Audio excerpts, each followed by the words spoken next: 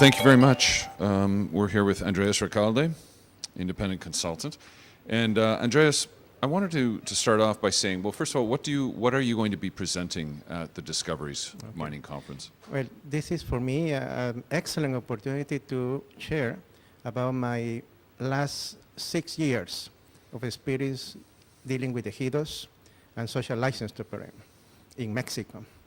And I have been doing that in a different capacity from exploration, feasibility, and construction, and beginning of operation. Mm-hmm.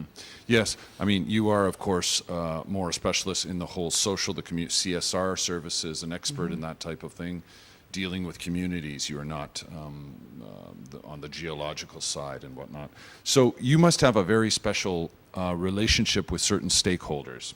And for you, the objective must be, responsible exploration and development in communities in Mexico and Peru, elsewhere, to make it a win-win for all these stakeholders. Would you consider as stakeholders those who have business interests in the area of influence of the specific project? The classification of a stakeholder is unique to each project.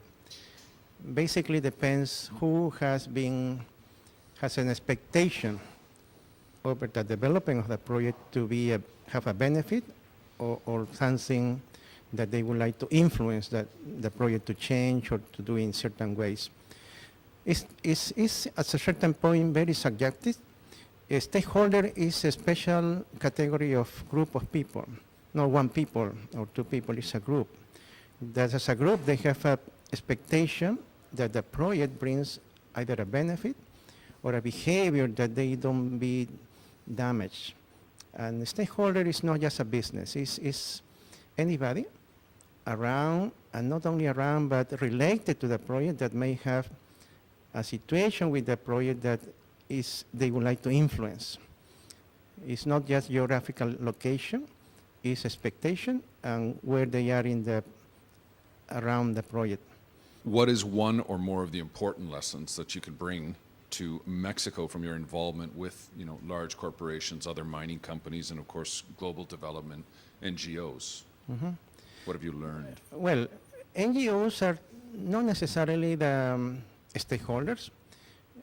Depends on if they have an interest, be an active body in the area.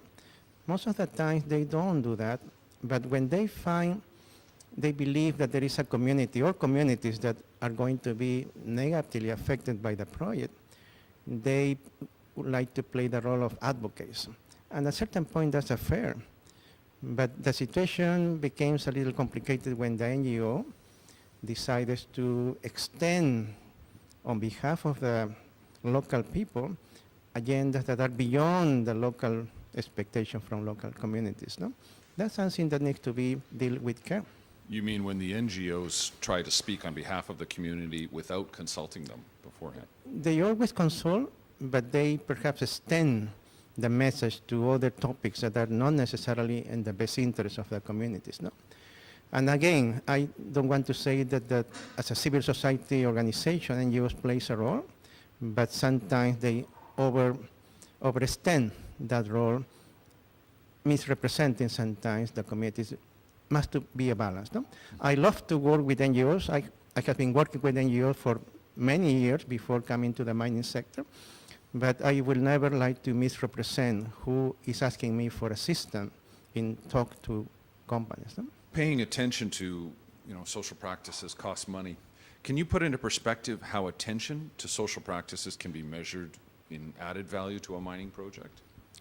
Well, the most clear benchmark or value measurement is when there is a dispute, and the dispute creates a blockade. And it's very easily the metrics to measure a dispute with a blockade.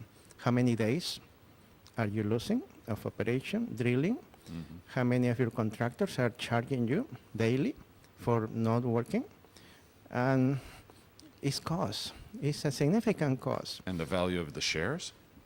The value of the share, there is a lag between the consequences of any stoppage or blockade with the market reacting to that.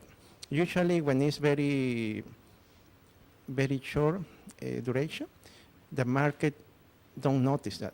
But when you have days, weeks, or months, like Peru, for example, market shares, market analysts, and investment houses, they take notice and they react, no? Recommending degrading or market measures against that. No? When you go into a brand new community with a brand new mining company that is sure they've got the resource there, but they're not sure how the community is going to react, what do you first tell a community to convince them to say, this is good for you? How do you first, what are the first steps? Yeah. Well, the first step is one before. I need to be sure that the company, they have a plan they have a plan to share and what kind of benefit they would like to share. At the beginning, very beginning, they must get involved with some kind of contribution to any community activity the communities are involved. So in order to be a good neighbor, that's my best analogy, no? Be a good neighbor, you move into a new neighborhood. You don't start closing your doors and not going to your neighbor to say, how are you doing? My name is such and such. What is on in the community, I would like to be a participant with a very positive attitude and willing to contribute. They are doing a barbecue. Well, as a good neighbor, new neighbor, I would like to contribute my piece of meat. But what I answer your question, what I would do is to listen. And I would like to listen and respond it transparently and honestly. What are my intentions to be here? No? My intentions is to develop a project, is in order to have a resource that could benefit everybody, but they need to give us a chance to do it. That's my first thing. No? The company with a good message and the delivery of the message in a way that is transparent, honest, and consistent over time. Thank you. Good. Okay.